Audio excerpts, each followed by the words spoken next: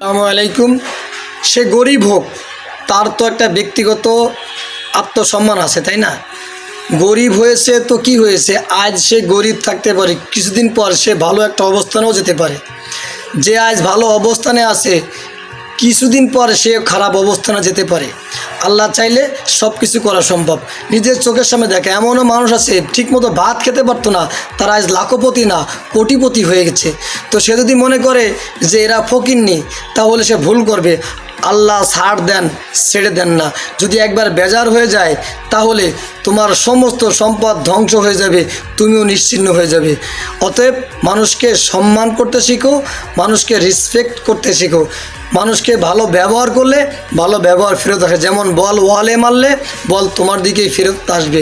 অতএব ভালো ব্যবহার করলে ভালো ব্যবহারই পাবে, বকাবকি করলে তোমার দিকেই বকাবকি ফেরত আসবে। অতএব ভালো ব্যবহারের বিকল্প কিচ্ছু নাই।